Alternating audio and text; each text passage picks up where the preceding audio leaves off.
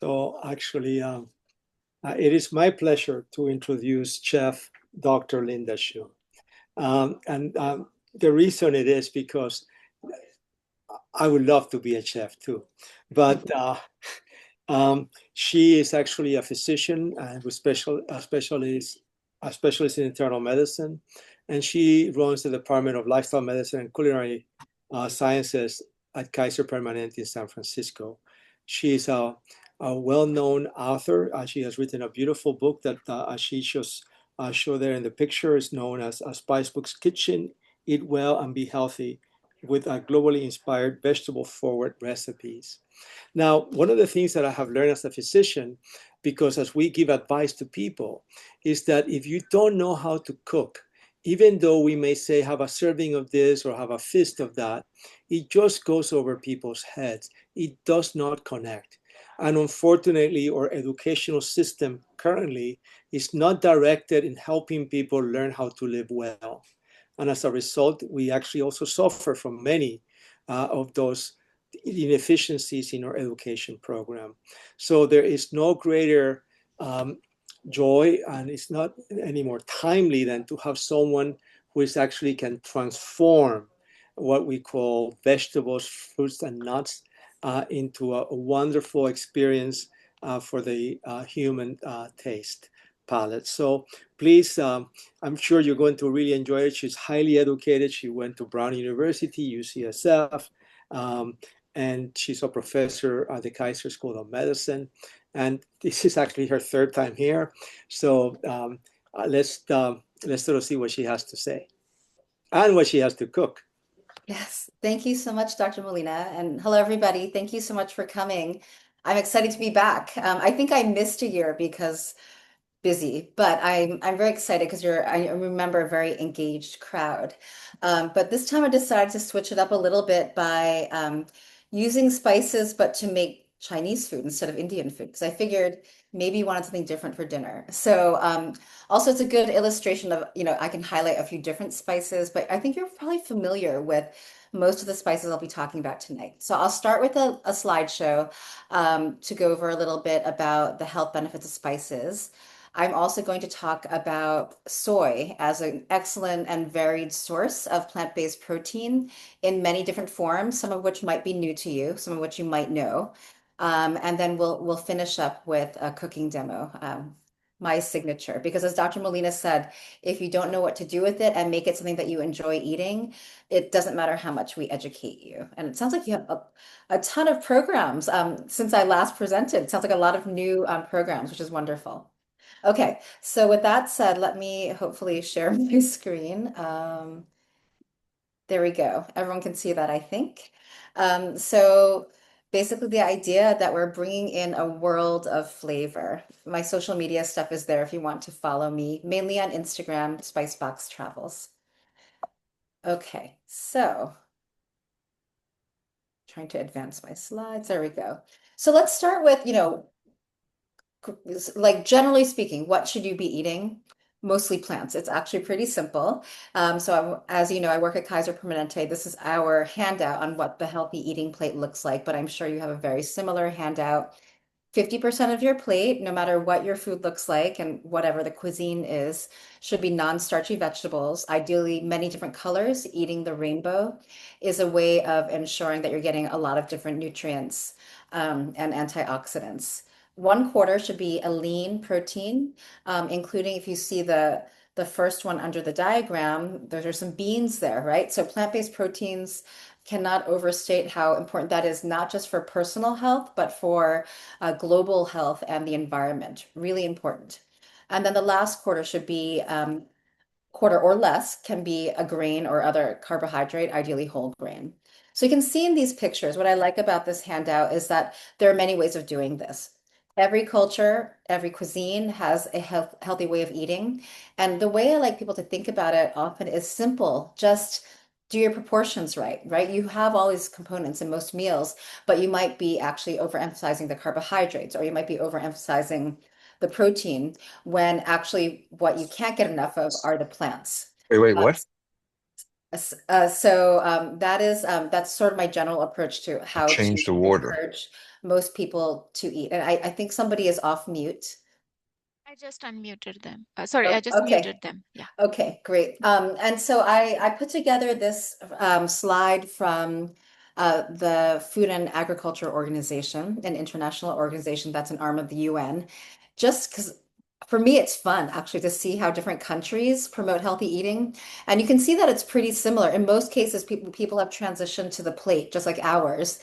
You can see that the vegetables might look a little bit different. We all have different greens in different countries, different pumpkin type things that we like to eat, different grains, different beans. But overall, similar proportions. A few places have different shapes. I think that the Chinese food pagoda is a pretty good looking one there. Um, and if you look at the pagoda and the one in the lower left-hand corner, that's Jamaica. They include some of the other pillars of lifestyle medicine. Primarily, they're including nutrition and physical activity. And I think that's actually important given that, both Jamaica and China do very well in the Olympics. So they understand the importance of all the lifestyle pillars. And I'm going to read this quote. This is a picture from my cookbook and the quote from it. This comes from Samin Nosrat, who some of you may know from Salt, Fat, Acid, Heat, an excellent beginner's cookbook that really explains the how and why of cooking techniques. And it was also a Netflix series, which I recommend that you watch if you have a chance. So she says, when making a dish from far off lands, perhaps no ingredient is as important as curiosity. Cooking and eating foods from places we've never seen is as good a way as any and better than most to expand your horizons, to remember that the world is a big, beautiful place of endless magic and surprise. So I love this quote because it actually has several things here. It brings in the importance of curiosity and learning, which all of you are here to learn. So you've got that covered. And I love traveling, but even if you can't go to a place that you're curious about, you can really learn about a lot about a culture through its food, and you can do that through cooking it, the recipes. Spices are a great way to understand what the food tastes like in a different place. You may see, just as I'm going to show you tonight, a different one culture might use a spice in a very different way than the way that you're used to in your own cuisine. And that's a way of helping expand your palate and hopefully giving you more variety in what you eat. And so this is a proverb. I took this picture when I went to Rajasthan a few years ago. I was telling your host that I've been to India twice in the last 2 years, my only two times. Um, so this quote is, when diet is wrong, medicine is of no use. When diet is correct, medicine is of no need. The first line, 100%, right? We all know, anyone who works in healthcare knows this. We have a lot of medications, we have a lot of procedures, we have a lot of machines. But if people are not eating right, we cannot save you. And most importantly, we can't make you feel better, actually. No medication that can actually make you feel good. Eating a little bit better, sleeping a little bit more, exercising a little bit more, reducing your stress, all of those things will actually make you feel better within days. That's more powerful than any pill. The second line, I don't know that we can promise you, and I'm a doctor, so I don't really believe that. I do think we need medications, but I like to minimize those, both for myself and for patients. So, spices. I love spices. Why? I talked about some of this already. They add flavor, right? They make food taste good. Your food has to taste good. There is no one, no matter how dedicated a person you are, no matter how much you like to follow a program, who can stick with healthy food if it doesn't taste good. So we need to add flavor first. I mentioned how spices can bring us to many different cultures, and they were our first medicine. They're all anti-inflammatory, they contain antioxidants. They come from plants. So this is another way of eating more plants. So I'm going to go through some of the spices that I'm cooking with tonight. And I kind of put it in this way of, what do they taste like? How do we use them? What are the health benefits? Kind of general information. So black pepper, it's so hard to describe that because people say it tastes peppery, but it's a kind of a sharp, piquant flavor. It's used widely in almost every cuisine, pretty much every cuisine in many foods. It is a potent anti-inflammatory from its active compound piperine.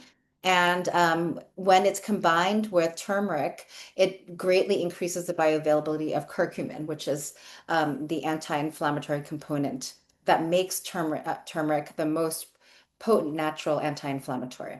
So throw in some black pepper when you're cooking with your turmeric. Cinnamon is a very sweet spice. I actually find it sweeter than sugar a lot of the time. Like you can actually have too much cinnamon. It's too much sweetness when you're using it. In the West, it's used mainly, almost exclusively in sweet things, baked goods. So maybe not the healthiest things that we're eating, although I do like to promote it as a way of not having to add sugars to things like your oats, to your yogurt, etc.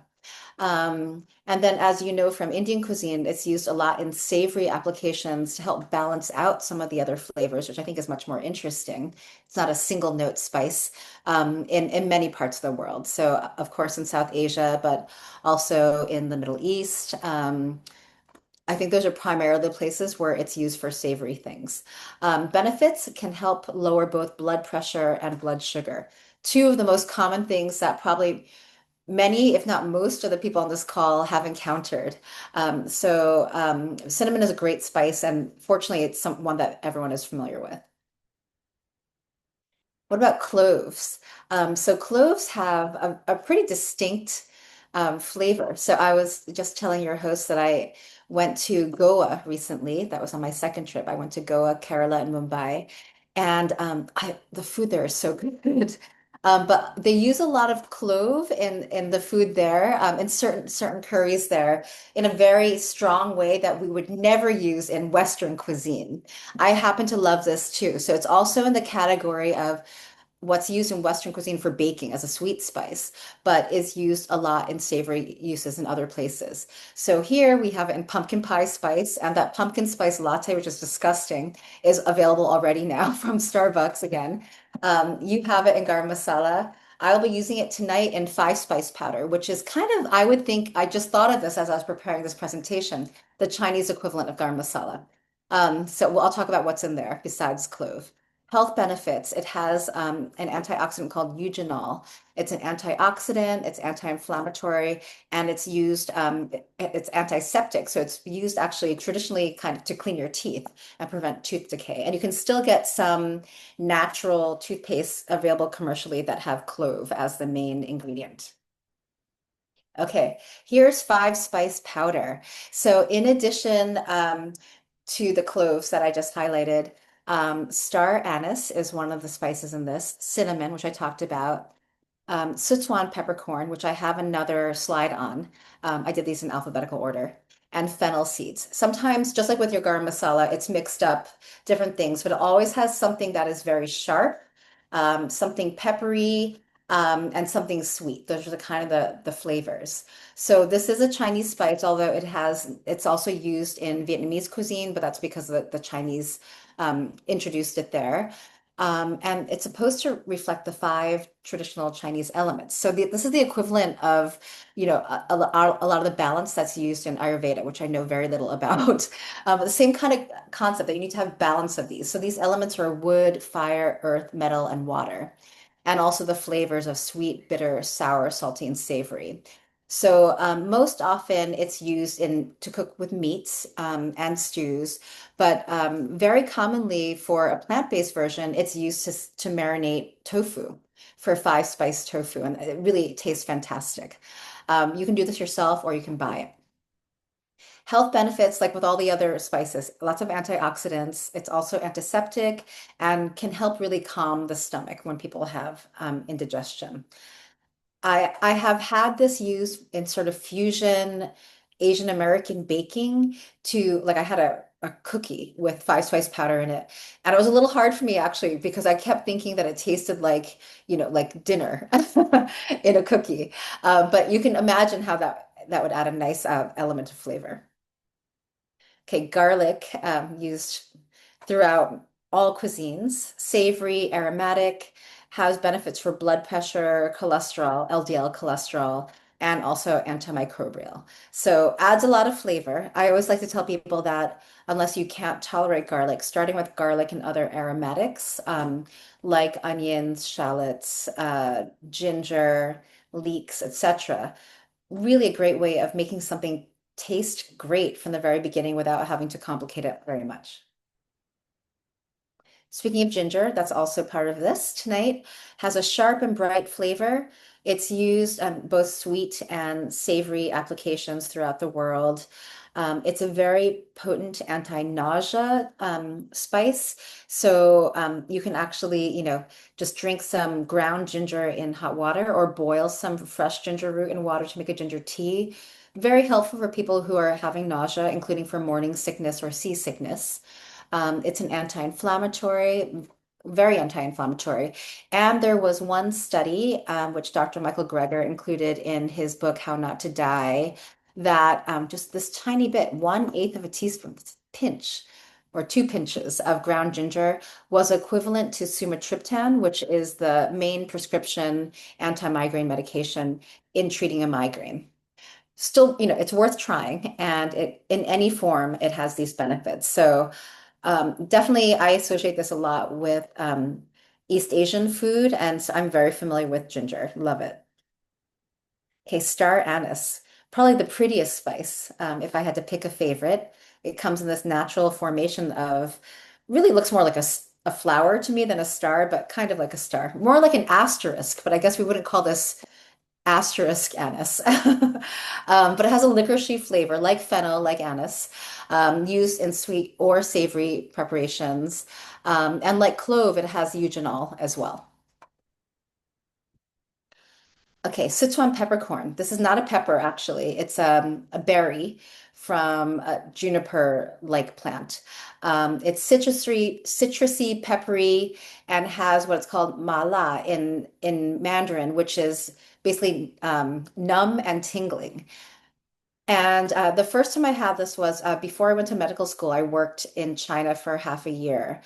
And this comes from Sichuan province, hence Sichuan peppercorn. And that was really the first time I had a lot of it because they use a ton of it there. That and chili peppers. And I think it's before my palate got used to it, but that I really had that numbing feeling, like you really feel like you can't feel your tongue. Either it was stronger there or I got used to it. I don't really get that feeling anymore. But it's definitely unique amongst spices in having this. And it's short-lived, so don't worry about you won't lose your sense of sensation.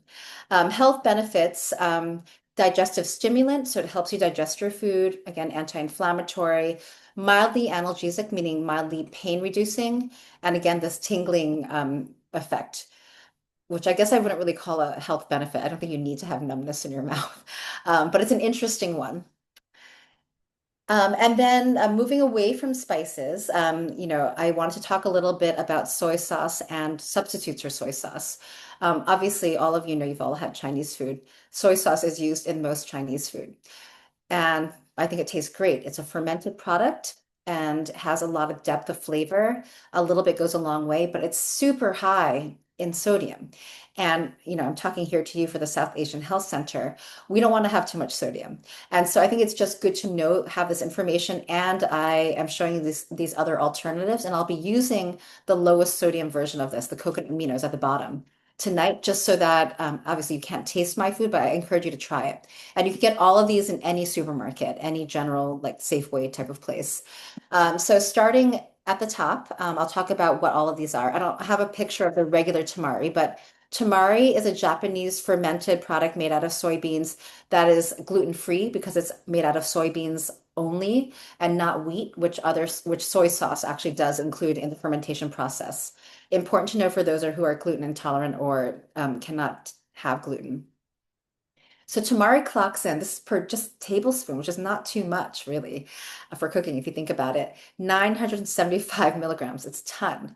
Regular soy sauce is not much better, 900 milligrams. And then the first one I have pictured, just because it's different, Bragg's liquid aminos is a little bit less. That's also made out of soybeans. It's also fermented, but it's a slightly different process in which allows it to have less of the sodium. Less sodium tamari is basically a reduced sodium version of the gluten-free fermented product called tamari, 600 milligrams. So we're getting a little bit better. And then less sodium soy sauce has 480 milligrams. So that's pretty good. And that is actually this Kikkoman less sodium soy sauce is the soy sauce that I use most of the time. And then coconut aminos at the bottom, so much less, 270 milligrams. So and that's for a full tablespoon, which most recipes will not require for, a serving of 4 to 6. I would say if you want soy sauce and you're watching your sodium, I would go with one of those two on the bottom, the less sodium soy sauce or coconut aminos. So coconut aminos are made out of the flesh of a coconut meat that is then fermented. Because of that, it has a little bit of a coconutty flavor, but not overtly. Like you wouldn't say, oh, I taste coconut. More what I taste in that is a little bit of sweetness. Again, because it's it's a nut basically. And so what I would say is for a recipe that might call for a little bit of sugar, if you're using coconut aminos, you can leave out the sugar because it will have enough of a sweetness, but it does not have much sugar in it actually. So I think this is pretty important because I've never seen anyone present this, and I think it's just good information for everybody to have. So those are those ingredients. Okay, what about soy-based foods? I'm going to bring out my tray now of all of those to show you. Okay.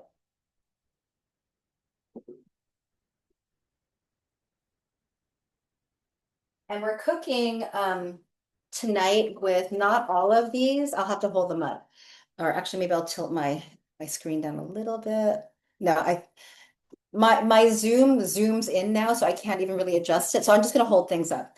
So I put this here because I love all these foods, right? So I grew up eating mainly tofu out of all of these that I'm going to show you, but I've grown to love all of them. So this is an excellent plant-based protein. For people who say, I don't know what to do with it, just think about using any of these that I'm showing you the way you would use any other beans or meat because they're all flexible and adaptable. And I think some of these will be new to you. But what I want to show you is that how much protein these have. This is just for a 3-ounce serving, not very much. That's again what the same amount that we say to eat if you're eating meat, sort of deck of cards, palm of your hand. Starting with tempeh. Tempeh has 16 grams of protein. This is tempeh. It's in the package still. I'm not shilling for anyone, but this is the most common brand that you'll find out there. It's made out of whole mature soybeans, yellow soybeans that are fermented together into a solid block. It's a very nice alternative to tofu if you want a different texture. It is higher in protein than tofu. It can be marinated or you can put a sauce on it the way you would with tofu, or you can have it plain. It does have a distinctive flavor, so it has lots of probiotics because it's fermented, basically solid beans. Um, it has kind of a nutty flavor. Some people find it a little bit bitter. If so, I would encourage you to kind of poach it first, boil it in water, to kind of rinse some of that off before cooking it. For me, I like the flavor. I tend to like fermented things and bitter flavors as well. But if you're new to it, that might be the challenge. But super high in protein and I put some of the other kind of key nutrition elements here, a good source of calcium as well. So that's tempeh, probably new to many of you. The next thing is probably new to many of you too. This is yuba or tofu skin. And I'll actually take one out. This is a dried version of it. This is made by, so this is what it looks like. Um, Made by skimming the skin off of the top of soy milk. When you're boiling regular milk, it forms a skin on top. Soy milk does the same thing. So this is skimming off that skin, and then it's dried. It's kind of laid out to dry in sheets, and then it's kind of rolled into these for sort of compressibility. But you can't eat it hard like this. You'll break your teeth. You have to rehydrate it. So I just want to show you just soaking in warm water for about half an hour. You get this very pliable thing. This can be sliced into any sort of shape that you want, including a noodle-like shape. So if you're someone who loves noodles but is trying to cut back on refined carbohydrates and want more protein, this would be a great substitute. Um, and I'll be using that as part of what I'm making today. I'm saving what I'm making till the end, so it'll be a little surprise for you. But again, if you look at the amount of protein, again, 3 ounces of this, 13 grams, pretty good source of protein. Okay, going down the list, then we're moving to edamame, green soybeans, young soybeans, which you can buy frozen, already shelled, or in the pod, which is how you might have them in a Japanese restaurant as an appetizer. Um, again, very good source of protein. Also has a good amount of fiber. I didn't list all of that here, but obviously anything made out of beans will have a lot of fiber. And then we have tofu. I've already cut up the tofu we're making tonight. This is firm tofu, which is the kind that I like most. It has that nice combination of creaminess, but also holds together well when you're stir frying it. And you can see it has a good amount of protein, not as much as some of these other things that I showed you, but it's kind of a good standby. I always have a few blocks in my refrigerator. So if you look at all the things I've showed you so far, um, tempeh and tofu, you have to refrigerate, but they last a very long time. The yuba or tofu skin is dry and will last in your pantry literally forever. Edamame will stay in your freezer. And then the last thing, which I'm not showing you tonight, is soy milk. Just to show you that is also a good alternative to cow milk and some of the nutritional benefits of having that. So lots of calcium, lots of protein, and then in the whole forms, lots of fiber. So have more plant-based protein. Very good for you and the environment. And then before we get to the end, this is my last slide. I just want to share with you. It sounds like you also have lifestyle medicine consultations over at the South Asian Heart Center. For at Kaiser, I am the one who provides these lifestyle medicine consultations, but they're actually available to any adult in California, only California, because that's my medical license, either in person with me in San Francisco or virtually, just like this, over a Zoom. And I think you probably have an idea of what the lifestyle medicine pillars are already from having come to these huddles, but a way of providing basically a health treatment and wellness plan for you through the huddles. The other one that I offer, which is unique kind of anywhere because I also went to culinary school, is a culinary medicine consultation and coaching, which is basically making a meal plan with recipes tailored just to you. So with your preferences, your cuisine and flavor likes and dislikes, any food restrictions, and whatever your health conditions are, I provide basically mini cookbook for you that's made of recipes that are there just to help you with your health goals. That's a little bit of a testimonial there that you can see. That I love this because I can really help people in a way that I find very interesting and creative. Anyway, so you're all welcome or share with others who you think might want this sort of service to see me. And there is a little bit of a promotion going on through the end of October. So lucky that I'm presenting to you now. And the phone number is there. And then, okay, finally, the recipe. So this is a picture of edamame growing on the plant, a soy plant right here. I'll be making a stir fry of edamame with tofu skin and oh, I left in the word preserved. I'm using fresh mustard greens today, which I'll show you too. They're Chinese mustard greens, which are different from, I don't know if you use those in Indian food, different from the ones that are sold as mustard greens in the United States. And this will be seasoned with our five spice and and the coconut aminos. And you'll get the recipe later. Okay, so this is just a thank you, how to find me. If you want to hear me talking for, I have to show off. I got to talk to Sanjay Gupta, that Sanjay Gupta, for an hour, just me and him over Zoom on his podcast last year. And that was really great. He's very interested in lifestyle medicine, actually. And so you can take a listen to that. Just Google Joy of Food. That's my episode. What I liked about it, that was part of a series that he did on actually weight loss medications. And then it was all about medication. And then either he or his producers thought, wait a minute, we haven't talked about food at all and why we should actually enjoy food. And I got this phone call, literally early in the morning phone call. Hi, I'm calling from Sanjay Gupta's office. And I was like, is this real? And we're wondering, and they actually said, we've been following your work for a few years. We've been wondering if you'd be willing to spend some time talking to Dr. Gupta. What do you think I said? So anyway, that was a thrill. It was a very interesting conversation because as any of you who follow him, he's a very good interviewer. And so I think we'll have a lot of literally food for thought on how we approach food and what our relationship to food is. And from my perspective, as I've said several times, you should enjoy it. You might need to change a little bit about how you're eating depending on your, current status and how you're eating. But you should always enjoy your food. So I'm going to show you a few more ingredients, and then we'll change over to my other camera so I can show you how to cook it.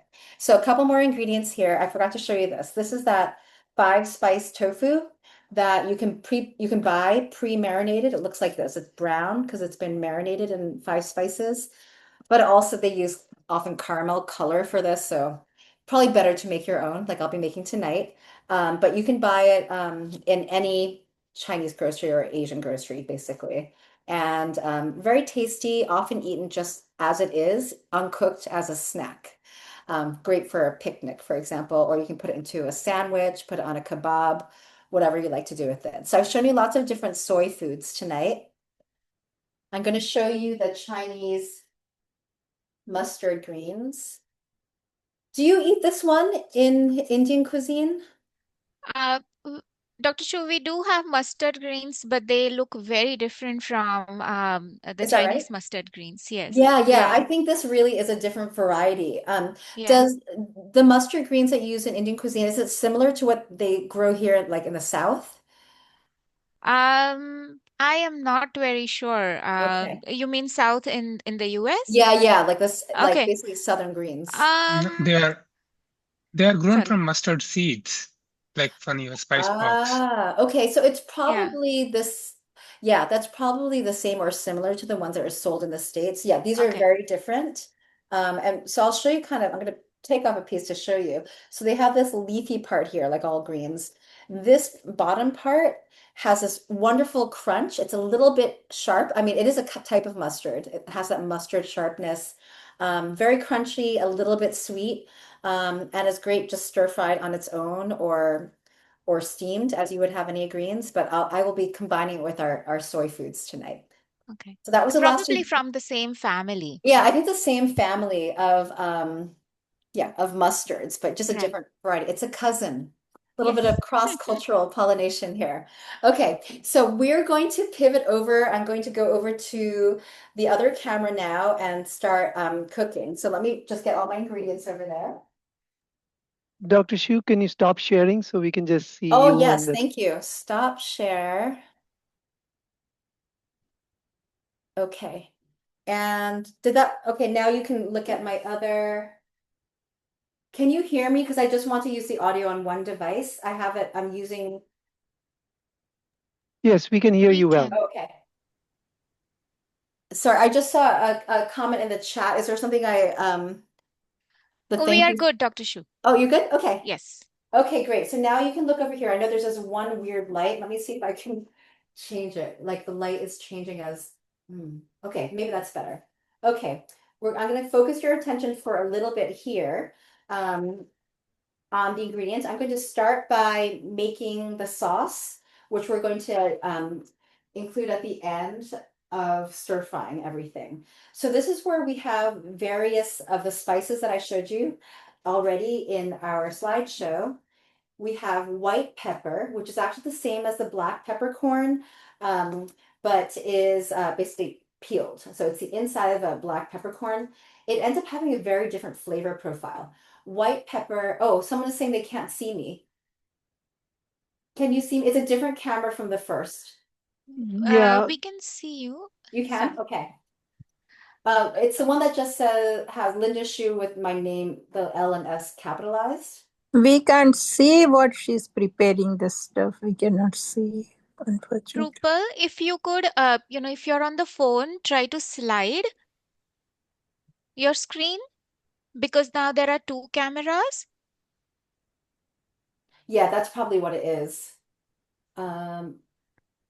Maybe you should spotlight Yes, the got one. it, got it. Oh, Thank you you. got it? Okay. Okay. Yes, All yes. When right. we slide, yes, we got it. Very Okay, good. excellent. Okay, thank you for making sure. Okay, so this is ground white pepper. It's the pepper that's used primarily in East Asian cooking, meaning Chinese and Japanese at least.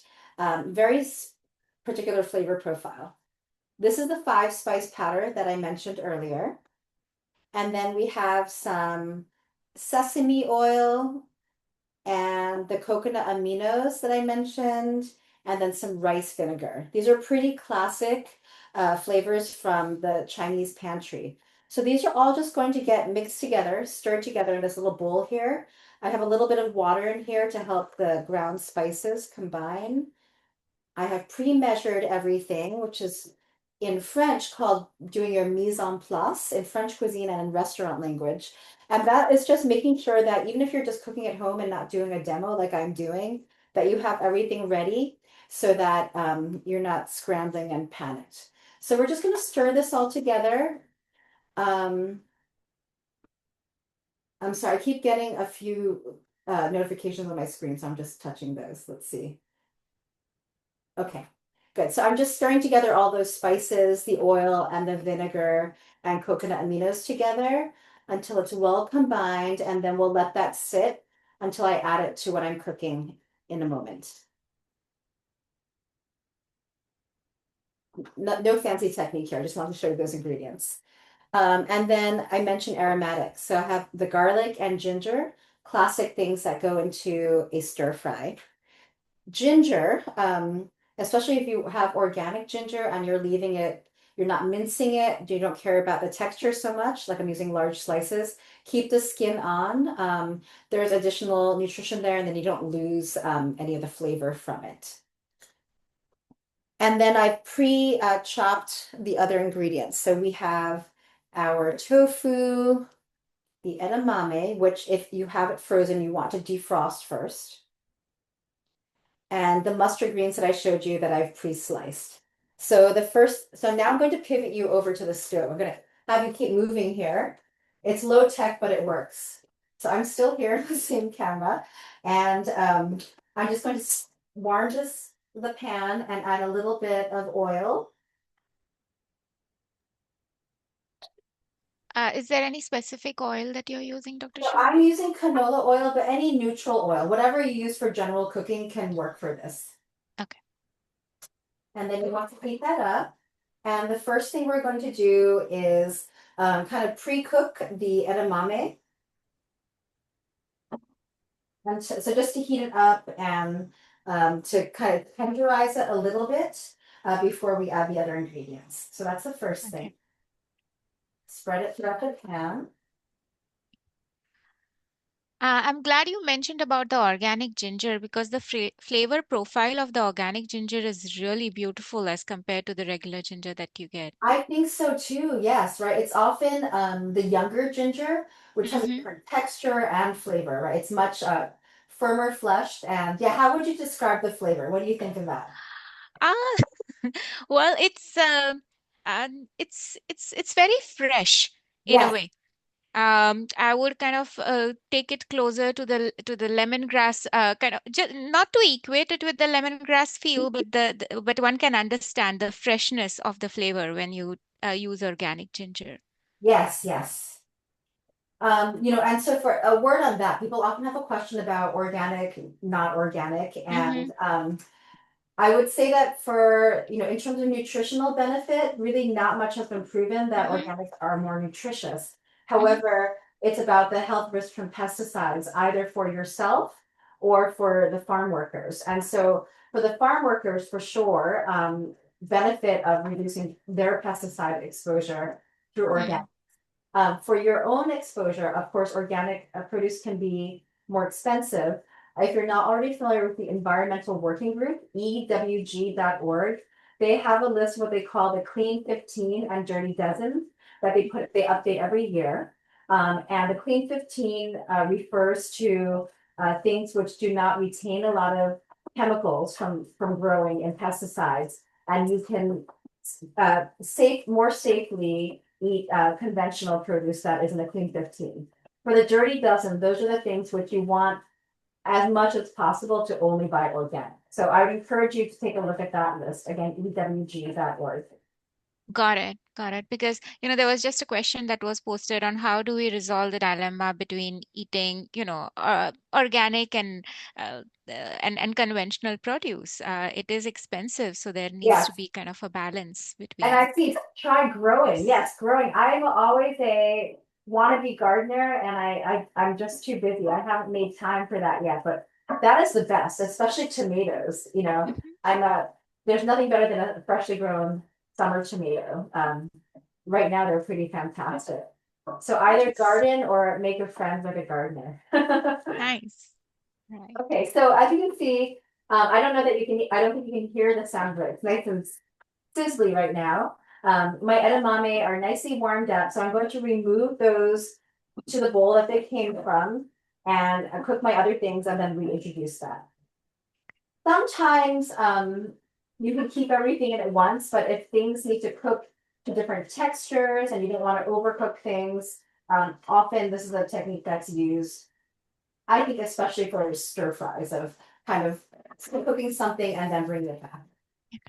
Okay, so the next thing we're going to do is to cook our mustard greens. So this is the Chinese mustard. There's still a bunch of oil from when I added that, so I don't think I need to add any more now. So you can kind of adjust that depending on kind of what happens when you're cooking there. And we're just going to let this cook for just a few minutes until it's barely wilted, still pretty crunchy. And oops, I forgot. I skipped a step. Sorry about that. The ginger and garlic should have actually gone in first. I'm going to put them in all together. So you do want to put your aromatics in first to bring out their flavor. No big deal here. This is live cooking, so sometimes things go out of order. But you do ideally want to cook your aromatics, whether that is your garlic, your ginger, onions, etc., separately to start bringing out their natural sugars and bringing out their flavor. So in this case, it's okay with the ginger. It's going to continue cooking with everything else.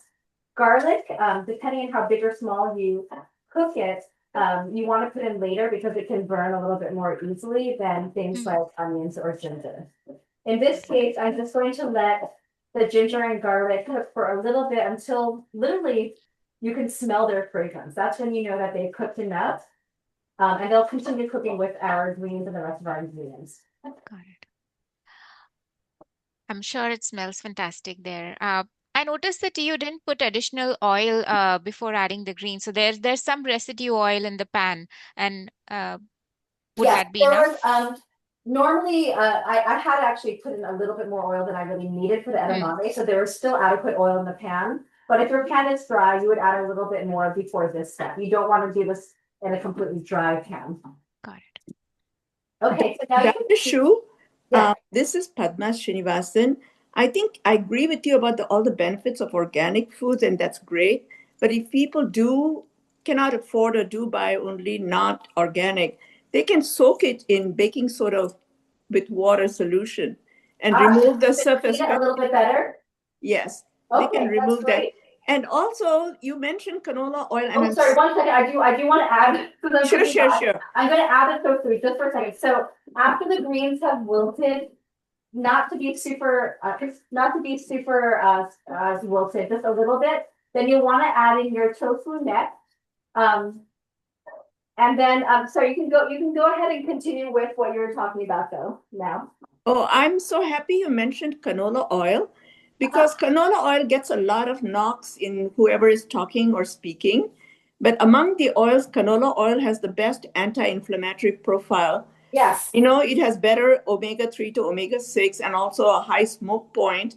Only thing is you have to get the organic canola oil, and you can find that in Whole Foods or Sprouts or whatever, and even Safeway. Very good, thank you. Okay, so you can see what I'm doing here is that I am cooking the tofu to warm it up. I'm not making it crispy. If you want to learn how to make crispy pan-fried tofu with a minimal amount of oil, you can look at, I have a series of cooking videos that I did for Kaiser. Just look up Kaiser Permanente healthy cooking videos, and it'll show you the technique I use for making crispy tofu with minimal oil. This, we're not making it crispy here, just kind of cooking it a bit. There'll be a little bit of browning with it. So the next step here is I'm adding back the edamame, which we previously pre-cooked. So basically, you can see we have so far 2 forms of soy foods here, as well as our greens. And with the edamame in this, you can barely see the greens. I'm thinking I'd probably double up on what I had there. But you could change the proportions of things here for sure. Now this is the yuba or tofu skin, which I had rehydrated and then sliced into small pieces. When I make this dish, I like to make everything kind of in a very bite size so that you could, everything is a similar size. When you're cooking, sometimes, and I see questions coming, but they disappear from this. So we'll do the questions at the end. I promise. We'll have Okay. lots of time. I think it's very important to think about how you cut your food, right? So you can imagine if the tofu were much bigger, it would have very different texture. If I made the greens and the tofu skin in a larger size, it would not actually, you wouldn't eat it the same way. This way, like every mouthful will have equal amounts of the edamame, of the tofu skin, of the tofu and the greens. That's really the idea here. And I think it looks nicer this way too. Okay, so this is continuing to cook. The last part is our pre-made spice mix with the 5 spice, white pepper, our coconut aminos as a low sodium substitution for soy sauce, the sesame oil, and the rice vinegar. It's all combined so that it will actually cook very evenly and flavor this evenly. And we're just going to add this into the end. This is basically the stir-fry sauce. And so, it comes together very quickly, like all Chinese stir fries do. And so you definitely want to have all of that ready. Otherwise, you won't distribute the flavor evenly. But that's it. Just like that, it's pretty much done. And I'm going to turn it off and bring it up closer so that you can see it. And then we'll start talking about your questions. So how's that look, everybody? Wow, it looks wonderful, and I'm sure it kind of smells Yeah, fantastic I know. too. That will Awesome. be the next development. Yes. But you see how simple that is. And again, this has 3 forms of, very, very good sources of plant-based protein in it, which when you eat it, you'll see have very different textures. And it offsets the kind of the sweet spices that are in the 5 spice and also the sweetness of the coconut aminos is offset by the sharpness of the mustard greens. That looks wonderful, Dr. Shu. Thank you so much. Can we, can we start taking questions? Yes. All right. Dr. Okay. Shiue, I just wanted to say that here we are. I'm feeling that you have your dinner ready and we don't. I do. This is dinner. It looks lovely. Yeah, we can get started with the questions, Prajakta. All right. Oh, great. There are a lot of questions. Firstly, what would be some substitutes for the greens, for instance? What greens would go well with this recipe? Yeah, any Yeah. greens, actually. Just like I said when I was going over the food pyramids from around the world, Mm-hmm. different cuisines, prefer different greens, or you personally might prefer different greens. I substitute them all the time. So if you like cabbage, you could do cabbage here. It'll just have different Mm-hmm. flavor, right? You could do Mm-hmm. spinach, you could do kale, collards, chard, and any of them actually in an equivalent amount. Really. So Okay. you'll get the recipe, but in terms of amounts here, we had like almost 2 cups of edamame, about a cup of tofu, about a cup of the greens. And so you'll just do the proportions and you can even adjust those, but really whatever you like or whatever you have or you're growing, it would be fine to substitute here. Okay, wonderful. All right. And then about tofu. So how much would be an appropriate consumption for a day? A tofu or any of the other examples of soy that you showed us. Okay, I think if I'm going to read into this question a little bit, people often ask, is too much tofu or soy dangerous? Mm-hmm. And could it contribute to any health risks? Some of the things that people sometimes worry about is can it lead to breast cancer because it has plant estrogens in it? Other people, males, often wonder, can it feminize me because it has, again, these plant estrogens, which we call phytoestrogens? And the answer to that is no, they're not actually estrogens. And from those perspectives, no hormonal effects. So isolated soy protein, on the other hand, or soy supplements are so much more concentrated than what is in soy foods, that if you had a concern about any of those things, it would be in that. But that said, most dietitians feel like about a cup of, or even sometimes 2 cups of any of these soy things a day is fine for most people. You'll find that they're quite filling because they have fiber and protein. And so I really think because of that, it's virtually impossible to eat an excessive amount of any soy food. But Okay. even that said, there's not any evidence that it's dangerous to consume huge amounts of soy food. Got it. All right. So a cup to 2 cups a day, it should be fine. And how about if somebody has hypothyroidism? Would there be a need to restrict? With hypothyroidism, probably also not. I mean, some people feel like cruciferous vegetables actually have some concern, but again, these are like huge amounts, which really typically would not lead to any significant health impact. But I would say that, if it's something like your thyroid that you're worried about, and you're making a very big change in the foods that you're eating from day to day, then just to recheck your levels after, a couple of months of making the dietary change to see if you have an adjustment. But I really can't say that I've seen any of my patients have any of those effects from kind of normal consumptions of these foods. Okay. All right. And how about the digestive properties of soy? How easy or tough they are to digest? Well, just like, any other bean, if you have trouble digesting beans, um, Mm-hmm. you might have trouble with soy. So I would start with small amounts and see how you do with it. Mm-hmm. But if you can eat other beans, this is not going to be any different in terms of digesting. Okay. All right.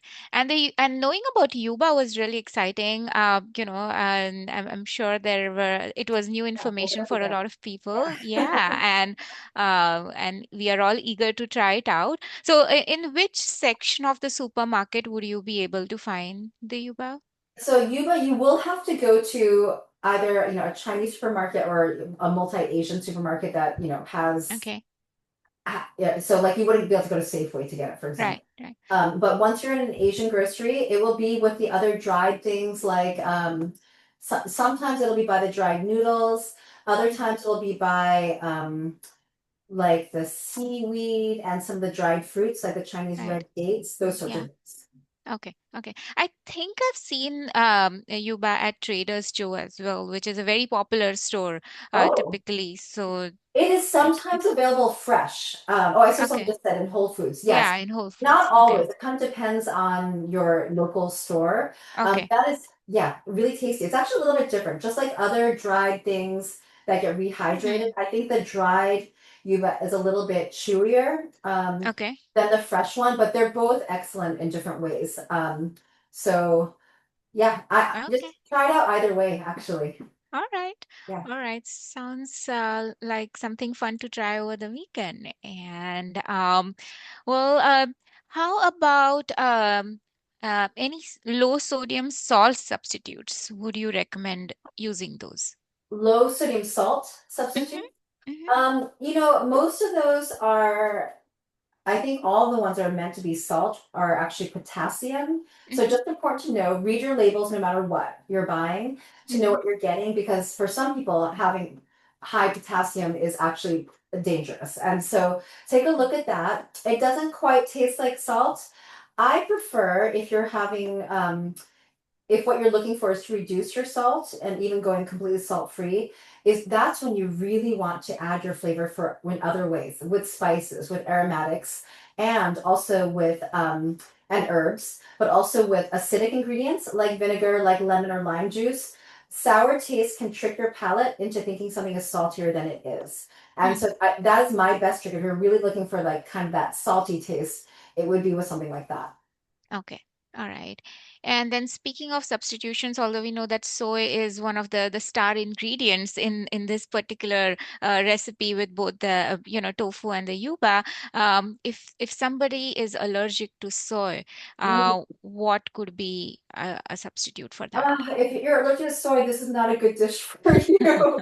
But Yeah. you could take the same idea and do beans and greens. This is basically Mm. like a Chinese style beans and greens kind of dish. Mhm. And you could still, it would be different, but you could certainly, I'm just thinking if you're using, just picking any bean, let's say chickpeas. You Mhm. could do chickpeas, you couldn't do yuba, but you could do chickpeas and then whatever your favorite green is and Mhm. still add the same spices and it'd be different, but a similar idea. That would work. Yes, yes. Thank you for the suggestion. Yeah. And then Dr. Shiue, somebody wants to know your recipe of the garam masala powder, or what's your proportion Oh, um, you mean in the five spice in the powder? 5 spice? Yes. Um, I it depends on what you like, honestly. I would say that the spices to kind of keep a little bit lower proportion because they're so strong Mhm. would be the star anise and clove if you're using it because those are Mhm. very strong. So keep those less. Mm. But really, it's going to depend on what you like. So maybe start with for the other spices in it, kind of equal parts of those, and then half as much of the star anise and the clove.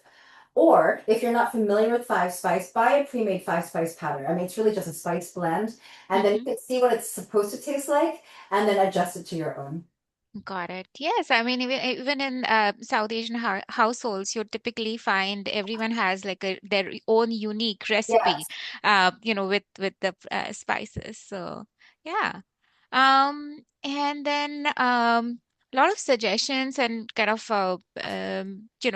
their own experiences that they have shared with the greens, like dandelion flowers, and which could be used, dandelion leaves that could be used like mustard greens. Oh, yes, that's Um, really nice. Yes, anything that's kind of bitter or sharp mm, would work very well here. got it. All right. And then could we talk a little bit about the cooking utensils? We noticed that you have this beautiful big pan, and um, what's your opinion about non-stick cookware or any preference of specific cookware? It's sort of like depends on what you cook most of the time and like how much. So no matter what, if you're doing like a stir fry, I actually don't use a wok a lot of the time. It's too big. Mhm. But that's like the classic for stir frying. But you do want a pan that is wide enough so that you get high heat for all your ingredients. Otherwise, you're going to steam. And when you're stir frying something, you want heat to be touching everything like pretty rapidly and evenly. So that Mhm. that is important. It does not necessarily have to be non-stick.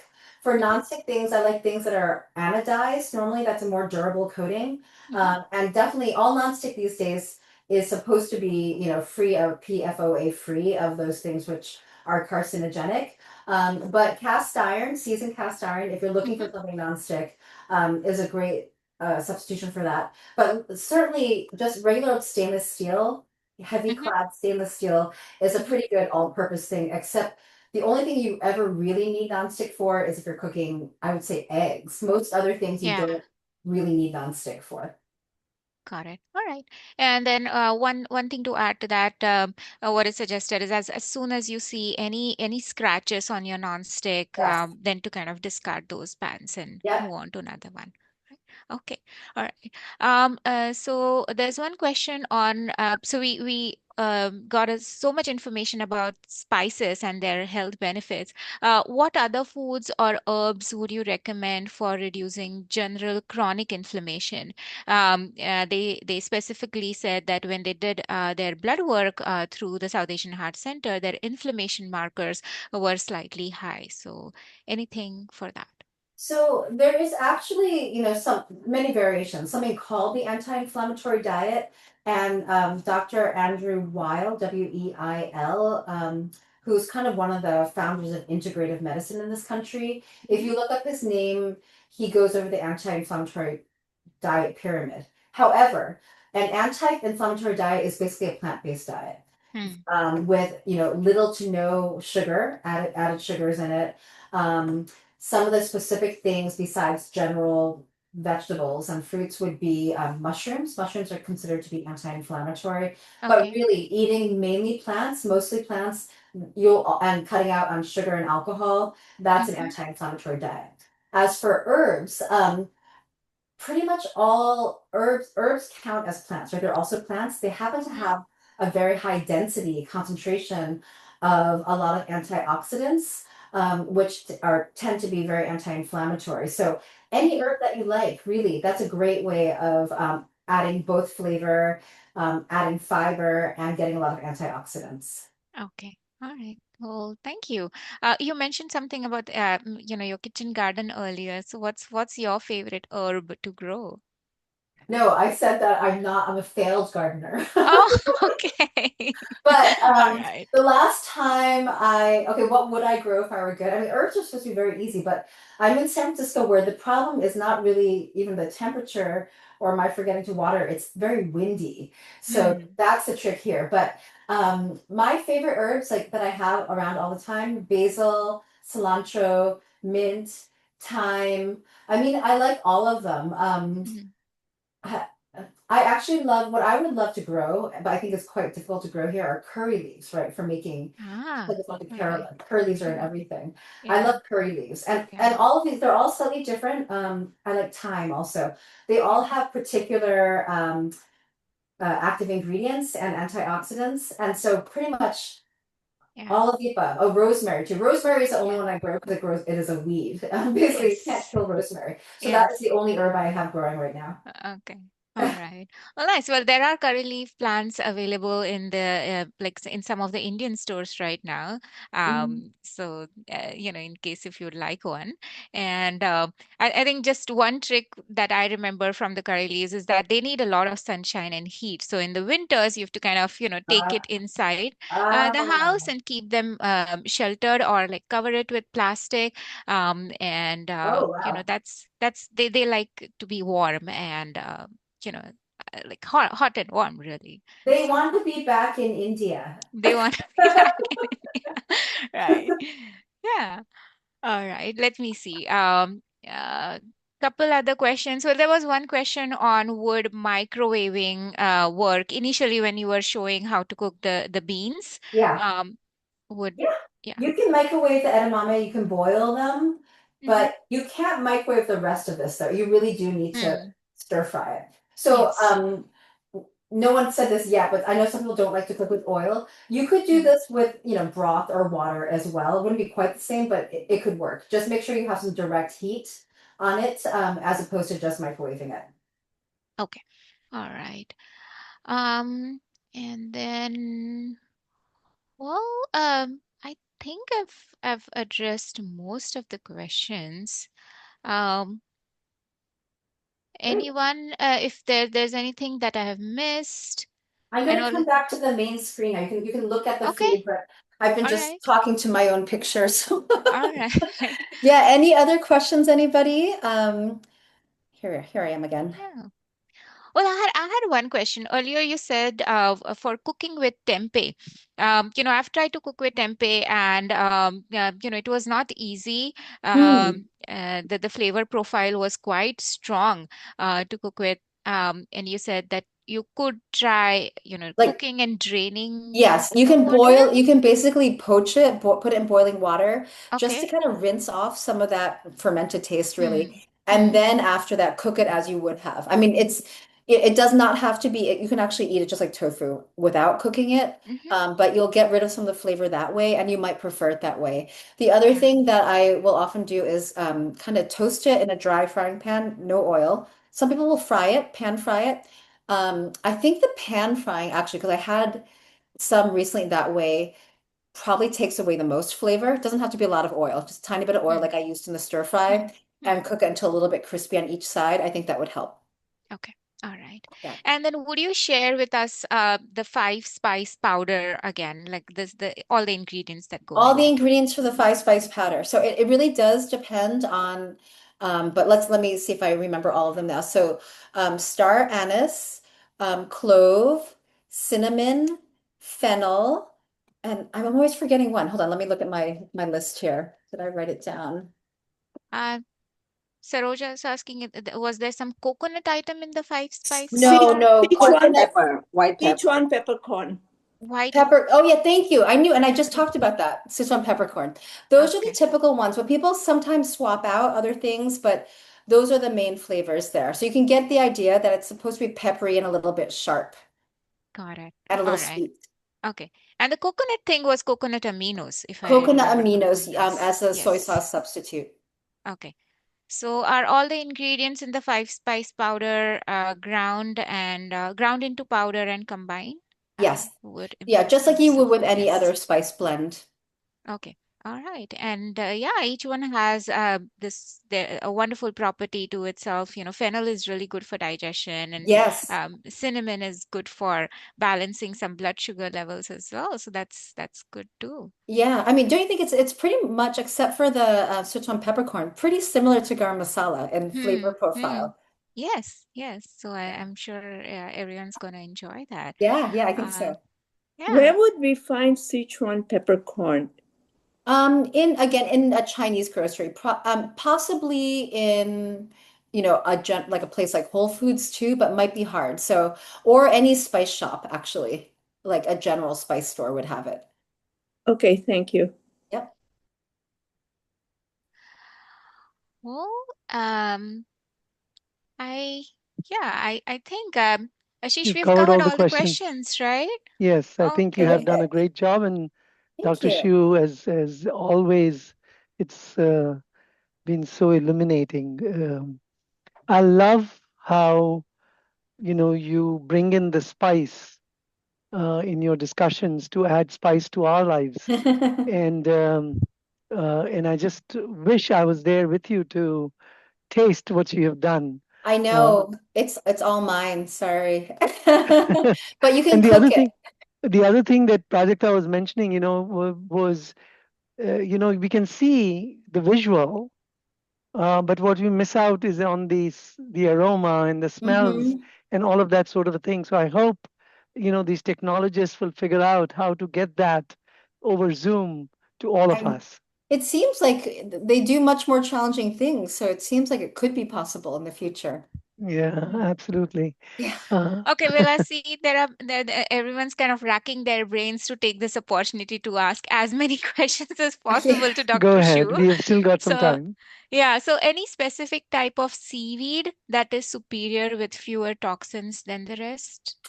Seaweed. Well, the toxins only come about because of our agricultural and fishing practices and Hmm.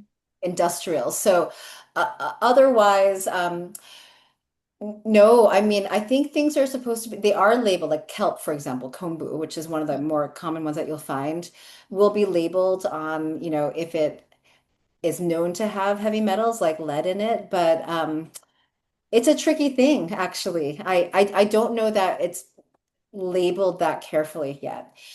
So just kind of in general, just like with even rice, right? We talk about having whole grains. Brown rice takes up a lot of arsenic and other heavy metals as well. Rotating your amounts of things is probably Hmm. important. And when something can be rinsed, rinsing it is important to do as well. So that goes for rice. That goes for if you're making if cooking seaweed, you'll want to rinse that well as well. Okay, all right. And then with tea leaves, we are blessed with such wonderful variety of tea leaves in all of Asian cuisines, right? So any particular variety that you would recommend for general antioxidant health? What are your thoughts about matcha and the way matcha has kind of taken over, especially with the younger generations? I know there's like a shortage now because it's gotten trendy on TikTok. Yeah. Green tea actually is thought to have the most benefit in terms of antioxidants because it's not oxidized, right? So all tea leaves are the same, but they go through a process of from the most fresh tea leaves to green teas, which are lightly steamed and or oxidized to darker tea, black tea. And so green tea in general, which includes matcha, is thought to have the most antioxidants. Okay. And then do you recommend any specific brand of fine mesh strainer and what size? Oh, I don't know the brands. Hmm. I you just want to I know people buy a lot of things online, but you can't feel it. So I would say if you're going in person to buy it, like I've bought them in places like, Ross, discount stores too, which often are good for gadgets. Just Mhm. make sure it feels pretty heavy and is solid and that the mesh won't separate it and that it's stainless steel. But otherwise, Okay. it's a simple product. Okay. Yeah. Any specific herbal teas for cold, cough, and sore throat? Oh, okay. Yeah. Actually, what I usually make would have ginger and turmeric in it. Got it. Um, Sometimes other things, but really more for flavor. And then I'll put Yeah. some fresh lemon juice in it, Okay. All maybe a right. little Ginger. honey. Yeah. Yeah. Ginger and lemon, Yeah. and turmeric it is. All right. Okay. Well, if if there are any more questions, do feel free to kind of share with us if you remember anything. We could always email Dr. Shu. And other than that, well, thank you so much, Dr. Shu, for your time today and sharing your expertise and passion with culinary medicine. We learned so much. Plant-based Okay. cooking seems so delicious and easy to kind of That's my do whole at point. home. Yes, yes. So thank you again for having me. It's fun. I love this very engaged audience. I think you really have something very special here on this huddle, because people always are very interested. So yes, I'll be happy to come again. Everyone, please check out my cookbook. Literally, you can get it from the library if you want, Spice Box Kitchen.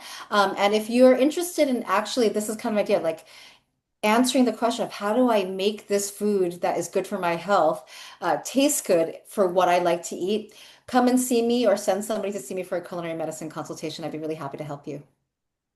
So, Dr. Shiu, I just wanted to let you know, as I mentioned earlier, that our 20th anniversary of the South Asian Art Center is happening next January. Ah. And would you be available for the Thursday huddle in January, which Oh, will be look, you're asking me this publicly. I'm concerned that I'm not, but why don't you send me the dates and information and I guess it's always the same. It's a third. it'll be amazing to kick off our anniversary with the huddle with you. We shall see. I'm afraid I might not be because it's right before my big conference of every year, which is the Healthy Kitchens, Healthy Oh, Lives, okay, got it. which is the Okay. first week of February. But send me an email Yes, I will do so. and I will think about that. Is that going to be an in-person thing or? No, it's still going to be a huddle like that. And we Okay. can be flexible a little bit in terms of the date. We normally like to have it on the last Thursday of every month. Mm. So it would be the end of January. And I understand that, you're Yeah, that preparing for probably that would be thing. quite challenging. So we'll talk about that. Yeah, so I'll send you an email and we can kind Okay. of see when it will work. But I do want to feature you in our 20th anniversary Oh, that's great. celebration. I'm so excited for you. That's wonderful. Yes, and did I send you this recipe or not before?